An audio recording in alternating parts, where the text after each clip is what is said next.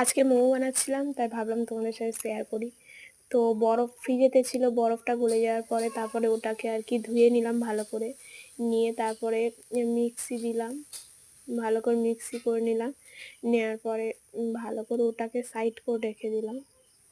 Mixie হয়ে গেছে, side করে রেখে দিয়েছি। দিয়ে তারপর ময়দাটা আর কি বানানোর জন্য লবণ দিলাম, দিয়ে তাতে আবার একবার হয়নি, তাতে আবার দুবারে লবণ দিলাম, তারপর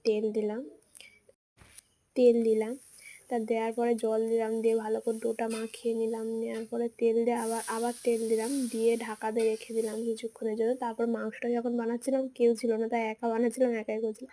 তারপরে মানে আটাটা তারপরে খুলে তারপরে আর কি বেলে একা একা করলাম। তারপরে আজকে স্টিম করতে দিয়েছি উনানে। দিদি বললো তাড়াতাড়ি হয়ে যাবে, দিয়ে উনানেই দিয়ে দে বলে, তা স্টিম করা হয়ে যাওয়ার পর ওগুলো আর কি থালাতে দিলে তারপর সব শেষে চাঁদের হাতে শেষ করে